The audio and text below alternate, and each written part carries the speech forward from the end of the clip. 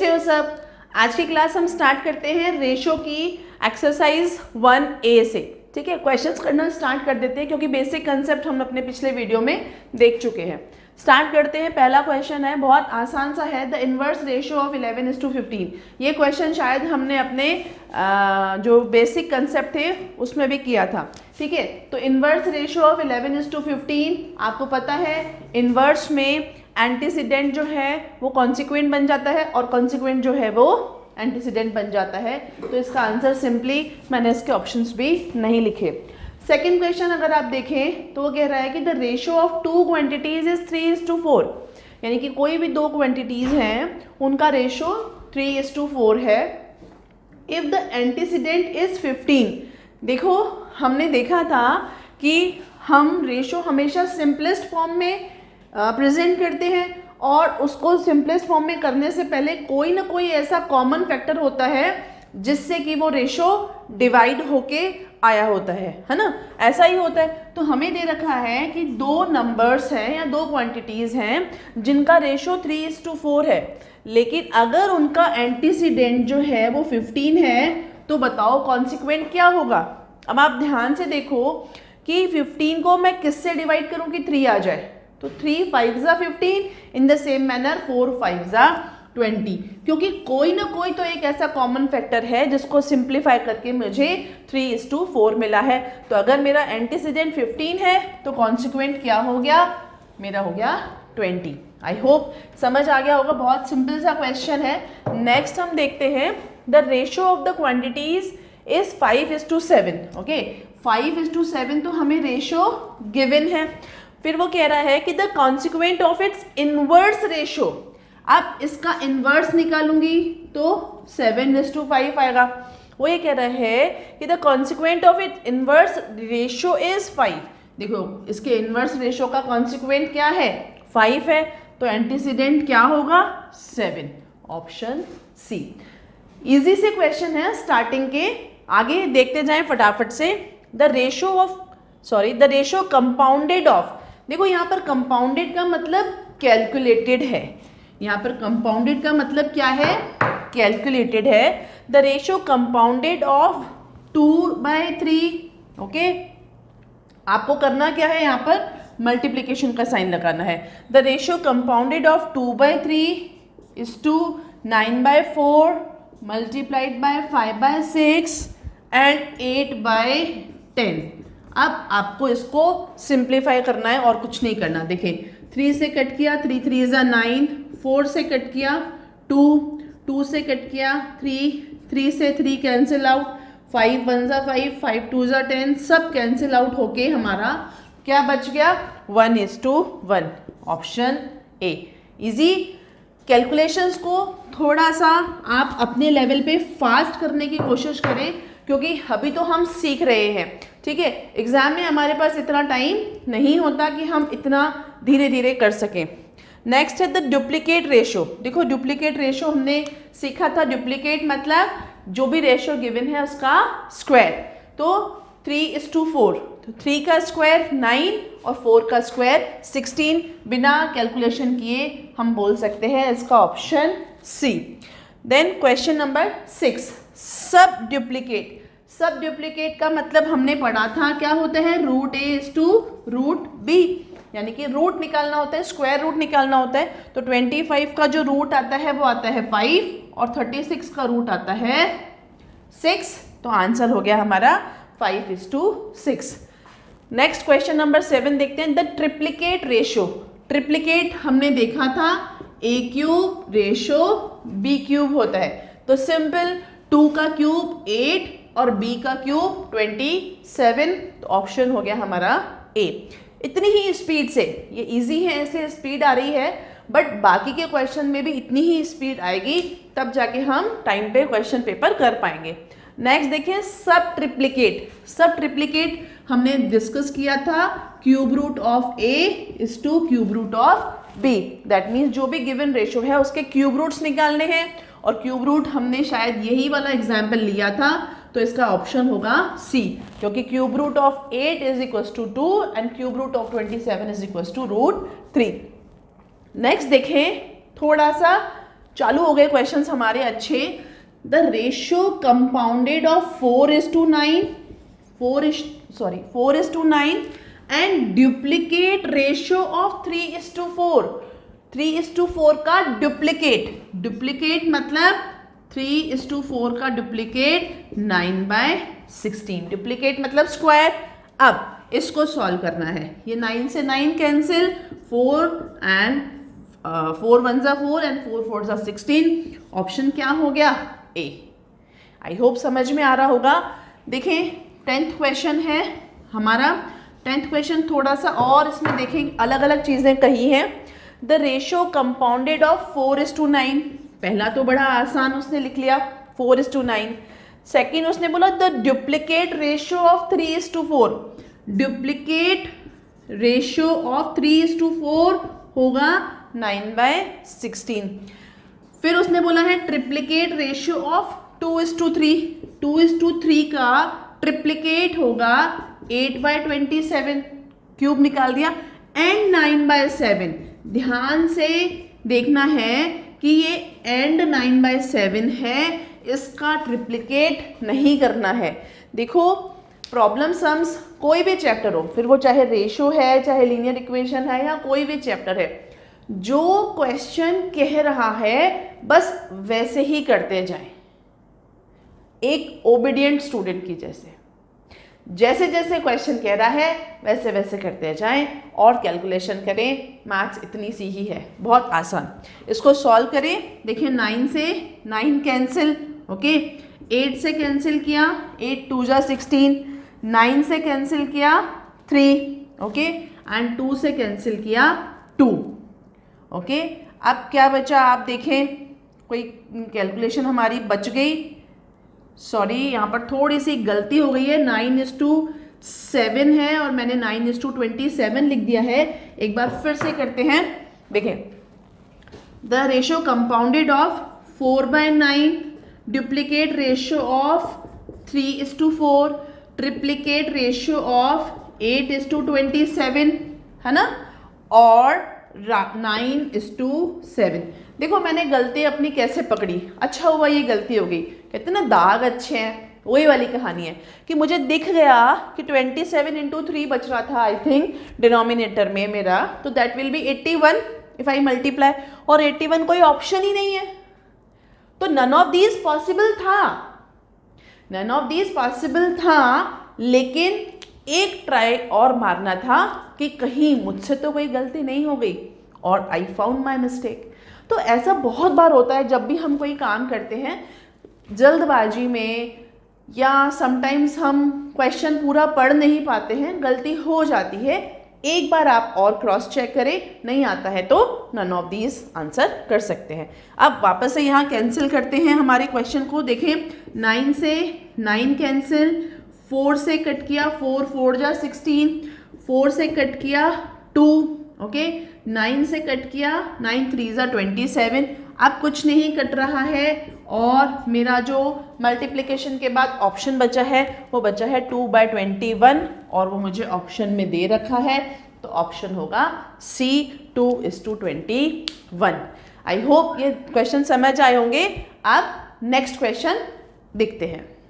Question number 11 कह रहा है द रेशियो कंपाउंडेड। देखो सेम क्वेश्चंस आ रहे हैं, आप चाहो तो खुद से भी कर सकते हो, वो ज़्यादा अच्छा है क्योंकि प्रैक्टिस आपको ही करनी है। हम ये मॉड्यूल के क्वेश्चन तो सॉल्व कर लेंगे, लेकिन ये वाले क्वेश्चन तो आने वाले नहीं है ना, ये कंसेप्ट आने वाला है। देखो फिलहाल the ratio compounded of duplicate ratio of 4:5, 4:5 का डुप्लीकेट रेशियो होगा 16/25, triplicate ratio of 1:3, that is cube निकालना है, और 1 और 3 का क्यूब 1/27। सब डुप्लीकेट रेशियो ऑफ 81 एंड 256, सब डुप्लीकेट मतलब उनका रूट, तो 81 का रूट आ जाएगा 9 और 256 का रूट आ जाएगा 16। 1 से 25 तक तो स्क्वायर एंड स्क्वायर रूट याद ही होने चाहिए। और सब ट्रिप्लीकेट रेशियो है आपका, सब ट्रिप्लीकेट मतलब क्यूब रूट, तो 125 का क्यूब रूट होता है 5, और 512 का क्यूब रूट होता है 8, ओके। बस अब सॉल्व करना है। 16 से 16 डायरेक्ट कैंसिल, 5 से कट किया 5, 5 से 25, 9 से कट किया 3। ओके, अब आप देखें क्या हमारे पास कोई चीज़ ऐसा है जो रेशो बच रहा है ऐसा नहीं है। तो मैंने क्या बोला था कि हम एक बार और ट्राई करते हैं कि कहीं हमसे तो मिस्टेक नहीं हुई है। देखें, हाँ, डुप्लीकेट रेशो ऑफ 4:5 16/25 सही लिखा है। ट्रिप्लीकेट ऑफ 1/27 ये भी सही है। सब डुप्लीकेट 9/16 ये भी ठीक है, और सब ट्रिप्लीकेट 5/8 ये भी सही है। इसका मतलब जब हमने इसको सिंप्लीफाई किया, 16 से 16 कैंसिल, 9 से कट किया 3, 5 से कट किया 5, कोई मिस्टेक नहीं है और हमारा आंसर आ रहा है 5 3 15 और 15 8 120, और ऐसा हमारे पास कोई ऑप्शन नहीं है, इसलिए इसका answer none of these. Next देखते हैं, if A ratio B equals to 3:4। देखो नेक्स्ट क्वेश्चन हमें दे रखा है कि ए और बी का जो रेशो है वो 3:4 है। Find the value of 2a + 3b ratio 3a + 4b। देखो हमें दे रखा है a रेशो b 3:4 और हमें वैल्यू बोली है 2a + 3b ratio 3a + 4b। करना क्या है, आपको सिंपली इनको a और b की वैल्यू रख के नंबर निकालना है। a की वैल्यू है 3, तो 2 3 = 6 + 3 4 = 12, और नीचे 3 3 = 9 और 4 4 = 16। 12 और 6 18 और 16 और 9 25। क्या वो सिंपलेस्ट हो सकते हैं? नहीं हो सकते। ऑप्शन कौन सा आ गया? डी। क्लियर? नेक्स्ट देखते हैं, 2 numbers are in the ratio of 2:3। 2 numbers are in the ratio 2:3। दो नंबर्स का रेशियो दे रखा है 2:3। If 4 be subtracted from each। देखो ऐसे क्वेश्चन को करने के लिए आपको रेशियो के साथ कोई भी एक कॉमन फैक्टर चाहिए जो मल्टीप्लाई हो रहा है, क्योंकि ये तो सिंपलेस्ट फॉर्म है, हमें नहीं पता कि वो एक्चुअली नंबर्स क्या हैं। तो ऐसे केस में हम ले लेते हैं लेट द वो कॉमन फैक्टर जो है वो x है और नंबर्स जो हो गए, नंबर्स हो गए हमारे 2x एंड 3x। ओके, अब वो कह रहा है 4 be subtracted from each, तो 2x - 4 3x - 4 they are in the ratio 3:5। ठीक है, अब आपने ये निकाला इस तरीके से, और इसके बाद क्रॉस मल्टीप्लिकेशन लीनियर इक्वेशन वाले चैप्टर में हमने सीखा था 5 2 = 10x -5 4 = 20 3 3 = 9x -12, ये इधर आ जाएगा x, ये उधर चला जाएगा +12 और x = आ जाएगा हमारा 8, क्योंकि -12 + 20 8। थोड़ी सी कैलकुलेशन, अब x अगर 8 है हमारा तो नंबर हो गया 16 और 3 8 = 24। ओके, अब देखें नंबर्स, ये नंबर्स ही पूछे हमसे, रेशो नहीं पूछा है हमसे, नंबर्स पूछे। जब रेशो होगा तो हम रेशो का साइन लगाएंगे और नंबर होगा तो हम कॉमा लगाएंगे। हालांकि आपके लेवल पर ये चीज़ें मायने नहीं रखती हैं, क्योंकि आपको ऑप्शंस लगाने हैं, है ना, सब्जेक्टिव पेपर नहीं करना है। ऑप्शन हो जाएगा हमारा ए 16 और 24, ये हमारे नंबर्स हो जाएंगे। क्वेश्चन नंबर 4 देखते हैं। क्वेश्चन नंबर 4 कह रहा है the angles of a triangle are in the ratio 2:7:11। किसी भी ट्राइंगल की तीनों एंगल्स का रेशियो 2 7 और 11 है, तो फाइंड ऑल द एंगल्स। आपको एएसपी पता है कि किसी भी ट्राइंगल के तीनों एंगल्स का सम 180 होता है। तो इस क्वेश्चन को पर्टिकुलरली आप अगर बेसिक्स के साथ करेंगे तो let the angle be 2x 7x and 11x, है ना, 2 और 7 9, 9 और 11 20x = 180, और x से कट करेंगे तो आ गया आपका 9।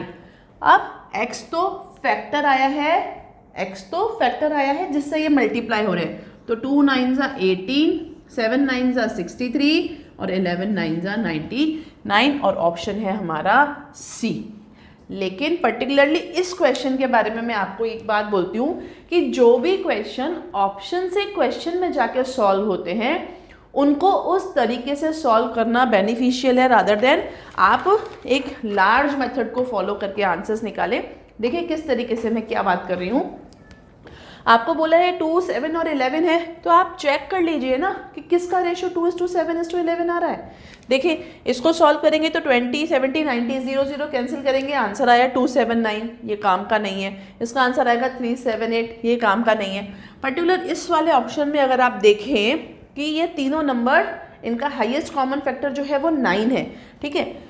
9 से डिवाइड किया, 9 2 जा 18, 9 7 जा 63 और 9 से कट किया आया 11, तो दैट मीन्स आपका ये रेशो इससे सिमिलर आ गया। तो सीधे बिना इतना लॉन्ग मेथड अप्लाई किए आप डायरेक्टली भी इसको सॉल्व कर सकते थे, ठीक है। और ये आई थिंक ईजी रहता है क्योंकि कॉम्पिटिटिव एग्जाम में आपको स्पीड बढ़ानी होती है ना, स्पीड एंड एक्यूरेसी दोनों चाहिए। नेक्स्ट क्वेश्चन देखते हैं। डिवीजन ऑफ रुपीज सिंबल नहीं लगाया 324 between x and y is in the ratio 11:7। देखो 324 रुपीज़ हैं और उसको उन्होंने डिस्ट्रीब्यूट किया है किसमें, 11 और 7 के रेशो में। अब अगर आप ध्यान से देखो तो सबका ही सम 324 आएगा क्योंकि देना ही है उनको। अब क्या चेक करना है, कौन से नंबर्स का रेशो 11:7 है। वैसे भी हम सॉल्व करके देखते हैं। 11:7 करने के लिए आप फटाफट से इसको रेशो को कैलकुलेट करें। इसको आपने 2 से किया तो 102, इसको 2 से किया 60, ओके। अब ये तो 7 से कट ही नहीं रहा, मतलब ही नहीं है कटेगा। इसको देखें, ये 100 और ये 62, ओके। तो ये भी हमारे ऑप्शन काम का नहीं है। इसमें देखें 90 आ रहा है और 2 से कट किया 72, फिर इसको 9 से कट किया, 9 8 जा 72, 9 10 जा 90, ओके। अब ये 10:8 आ रहा है, 9 से कट किया है हमने, तो ये भी नहीं आ रहा। अब आप वैसे करके देखें इसको, जैसे 11 और 7 है तो हो गया 18x, दोनों का टोटल हो गया 18x और 324 रुपीज़ डिवाइड किया है, तो x की वैल्यू अगर आप निकालना चाहो तो कितनी आएगी। इसको 2 से कट किया 9 और 2 से कट किया 162। अब ये 3 से डिविजिबल है, हाँ ये डिविजिबल है। कैसे पता किया मैंने, divisibility test. If sum of all digits of a given number is divisible by 3 then the whole number will be divisible by 3। यहाँ पर देखिए 6 और 1 7 और 2 9, ये डिविजिबल है। 3 से कट किया और ये 9 से भी डिविजिबल है तो डायरेक्टली 9 से करते हैं। 9 की डिविजिबिलिटी भी सेम होती है। अगर पूरा गिवन नंबर के डिजिट्स का सम, अगर गिवन नंबर के डिजिट्स का सम 9 से डिविजिबल है तो पूरा नंबर 9 से डिविजिबल होगा। 9 से किया तो ये नहीं जा रहा है। आप 3 से कट के देखें, अगर 9 के टेबल आप डायरेक्टली नहीं बोल सकते हैं, या जैसे भी आपको कैलकुलेशन आपकी है, 9 1 जा 9, 7 बचा, 9 8 जा 72, तो 18 आया हमारा, ठीक है। अब देखो इसको 18 हमारा ऑप्शन, मतलब 18 आई है हमारी कॉमन फैक्टर की वैल्यू। अब आप जब 11 को 18 से करोगे, 18 1 जा 18, 18 1 जा 18 और 1 198, और 8 जब आप 18 को 7 से करेंगे तो 126। क्या ऐसा कोई ऑप्शन है हमारे पास? नहीं। ये तो मैंने आपको दोनों तरीके करके बताया, इसलिए इतना टाइम लग रहा है। करते करते आपको इतनी प्रैक्टिस हो जाएगी कि आपको आइडिया हो जाएगा कि क्या ये क्वेश्चन ऑप्शन से क्वेश्चन में जाने का है या हमें सिंप्लीफाई करके ही करना पड़ेगा। तो इसका आंसर जो होगा वो होगा नन ऑफ दीज, इनमें से किसी का भी रेशो। आप चाहे तो इसको सिंप्लीफाई करके देख सकते थे पूरा, इनमें से किसी का भी रेशो जो है वो इस फॉर्म में नहीं आ रहा, ठीक है। आई होप ये क्लियर हो गया होगा। नेक्स्ट क्वेश्चन देखते हैं। नेक्स्ट क्वेश्चन वो कह रहा है आनंद अर्न्स ₹80 इन 7 आवर्स। आनंद 7 घंटे में 80 रुपये कमा रहा है, ठीक है। और Pramod earns 90 rupees in 12 hours. Pramod earn 90 rupees in 12 hours. देखो यहाँ पर 7 घंटे में 80 रुपये कमा रहा है, वो 12 घंटे में 90 रुपीज़ कमा रहा है। तो सबसे पहले तो हमें ये देखना होगा कि दोनों 1 घंटे में कितना कमा रहे हैं, क्योंकि हमको उनकी अर्निंग्स बतानी है, ना, अर्निंग्स का रेशो बताना है।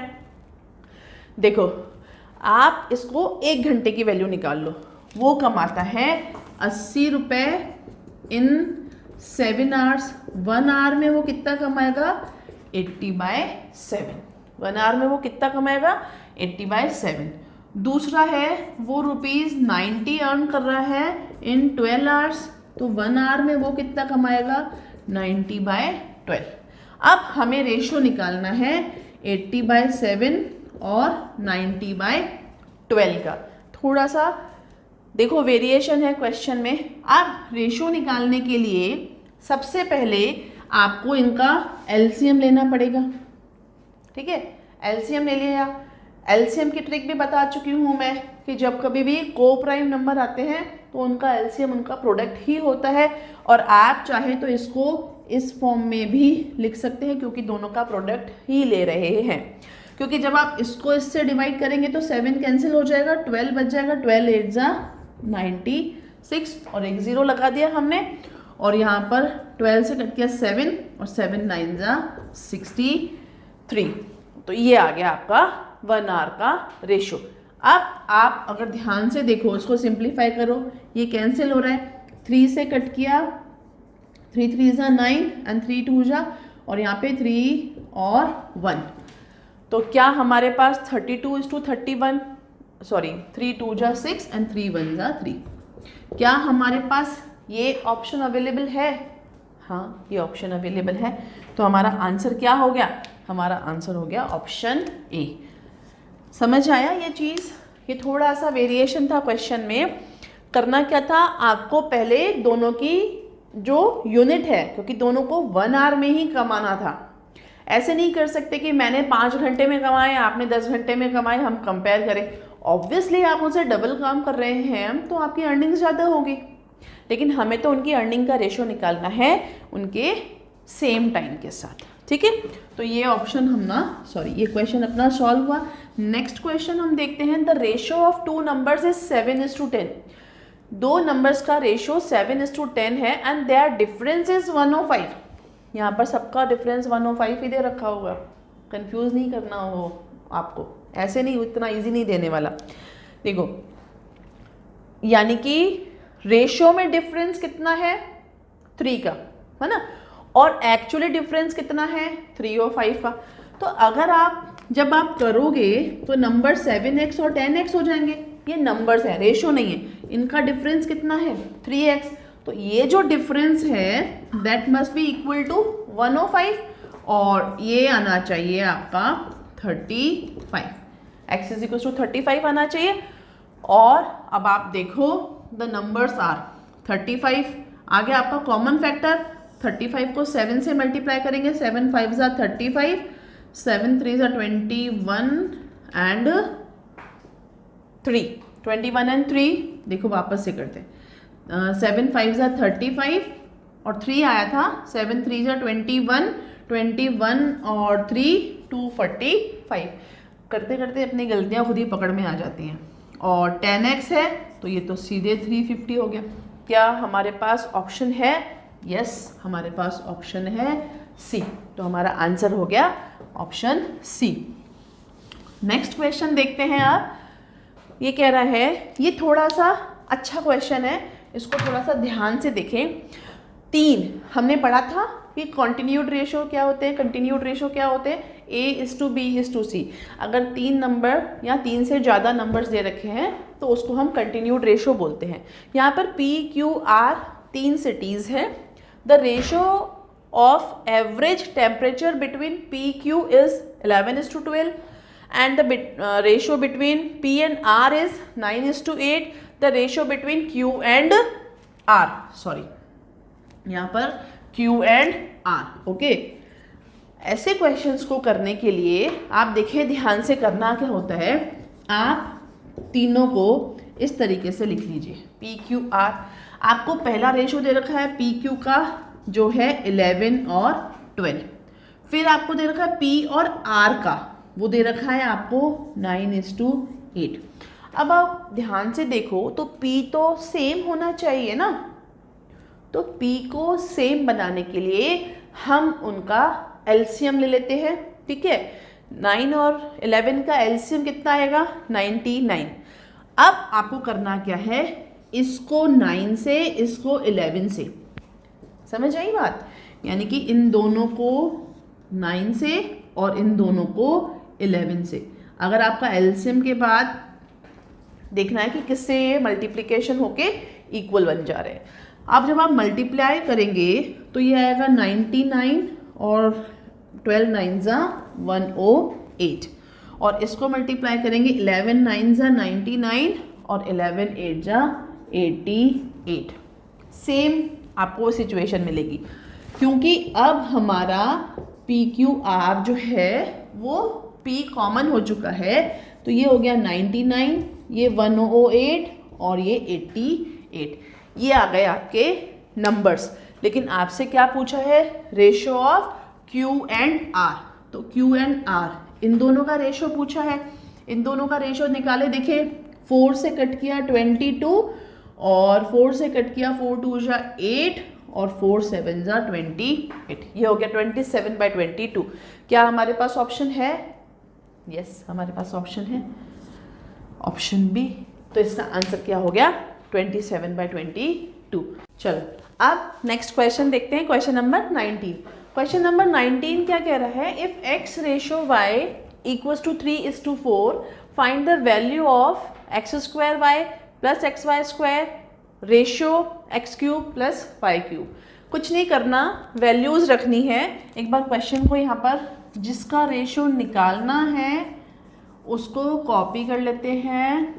हमें रेशो निकालना है इसका, और x रेशो y दे रखा है हमें 3:4, ठीक है।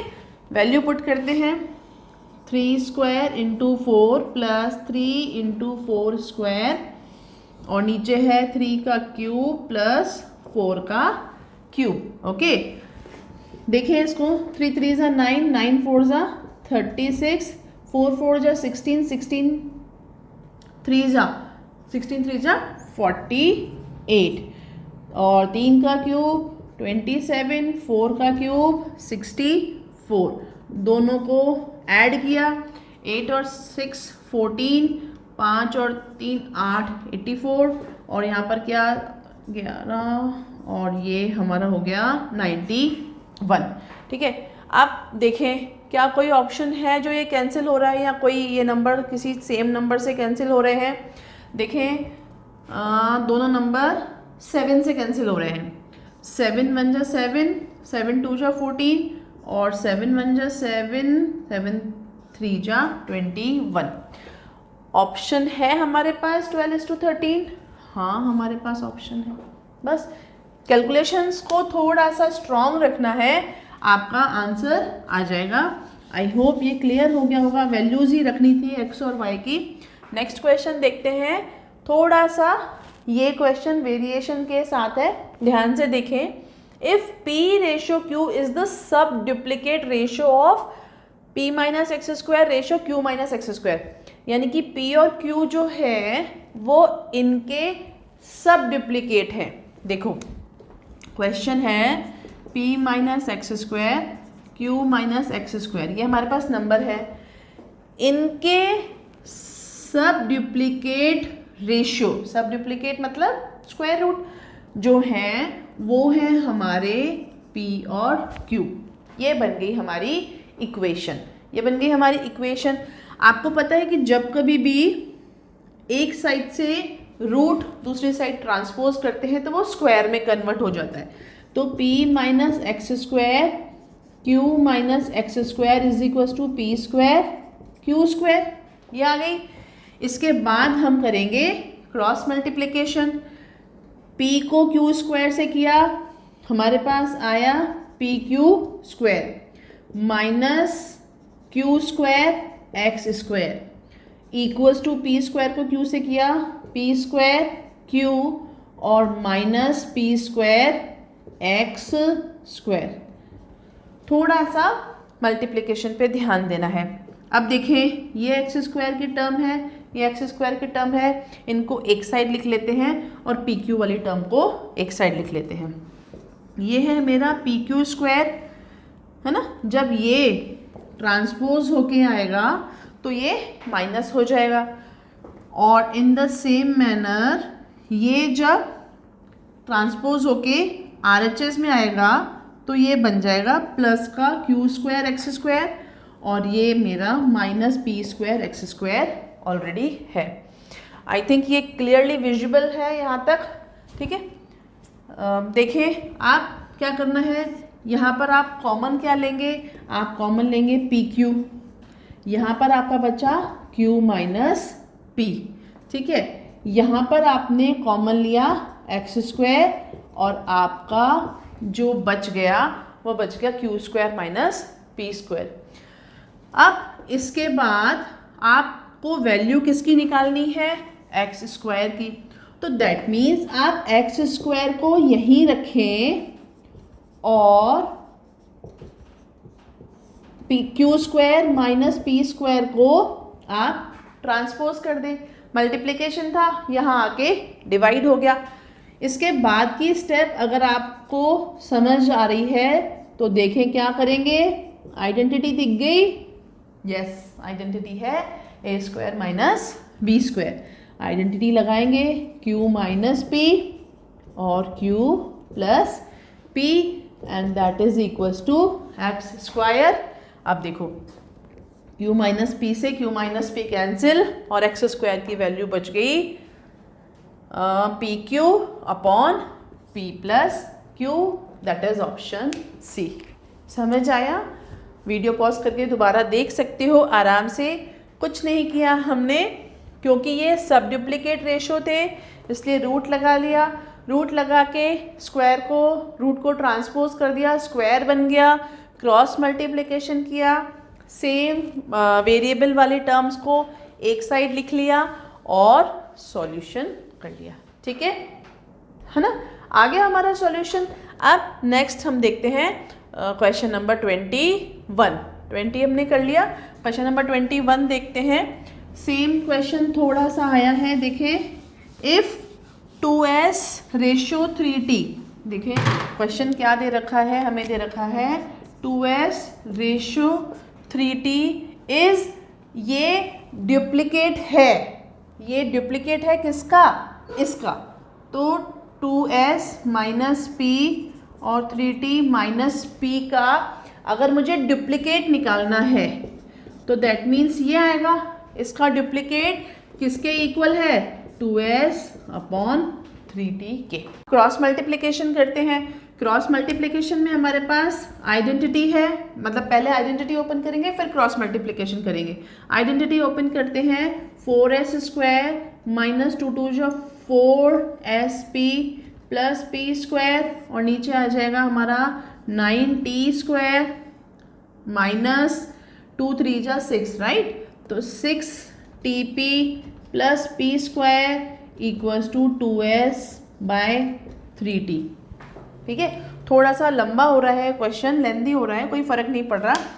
आपको अब क्या करना है, क्रॉस मल्टीप्लिकेशन। क्रॉस मल्टीप्लिकेशन करते हैं, 4 3 जा 12 s square t minus 12 spt, है ना, spt, और यहाँ पर आएगा हमारा plus 3p square t, okay, ये आएगा। अब इक्वल्स टू में क्या आएगा हमारे पास, ये आएगा 9 2 जा 18 st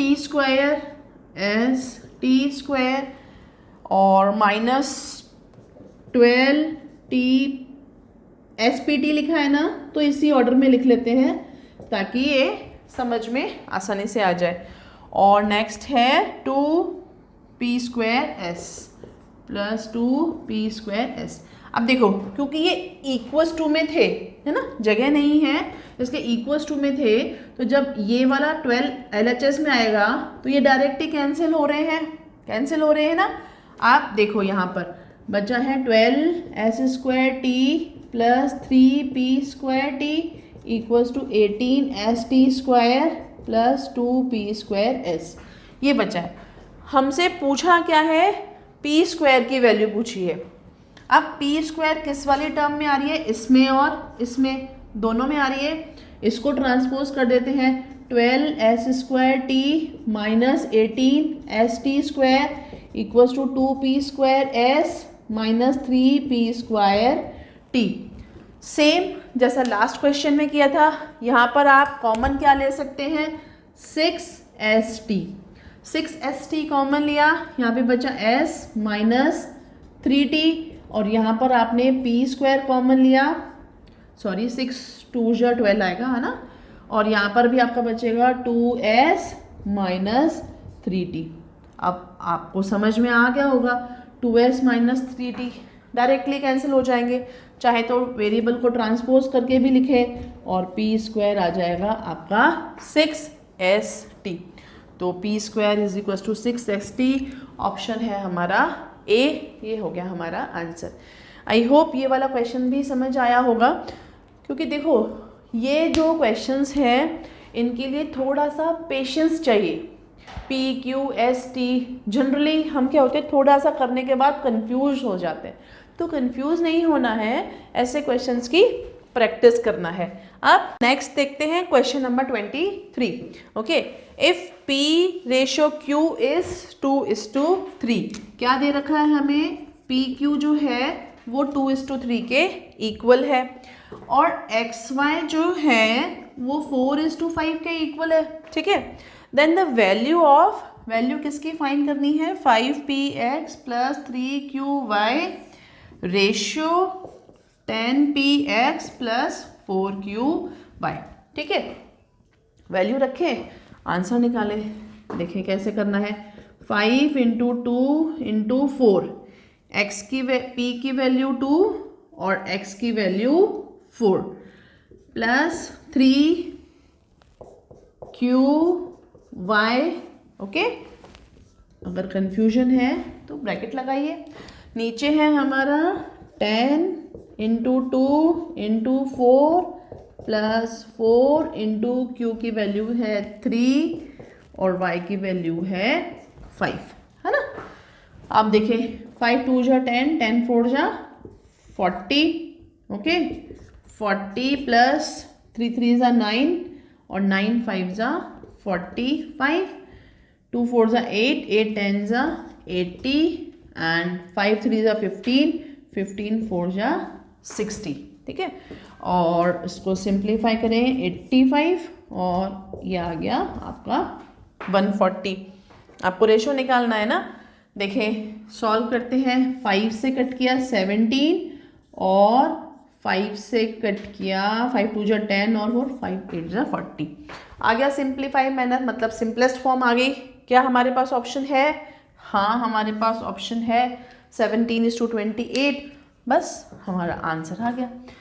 करते करते प्रैक्टिस हो जाएगी, है ना। अब नेक्स्ट क्वेश्चन देखते हैं, क्वेश्चन नंबर 24।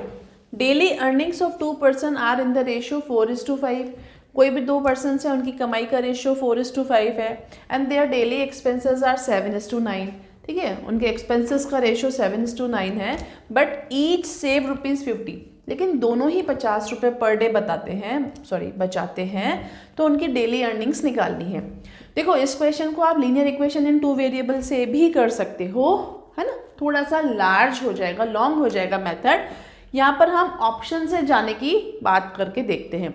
देखो अगर आप ध्यान से देखो तो इन दोनों का रेशियो 4:5 है, ठीक है। 50 रुपये तो खुद ही बचा रहे हैं, तो ये तो पॉसिबल ही नहीं है। ये ऑप्शन वैसे ही कैंसिल हो गया। सीधे सीधे इस ऑप्शन पे आते हैं। इन दोनों का रेशियो 4:5 है, हमारी पहली कंडीशन फुलफिल हो रही है। दूसरी कंडीशन देखें कि अगर वो 50 रुपये बचा रहे हैं तो वो खर्च कितने कर रहे हैं, ये इतने खर्च कर रहे हैं।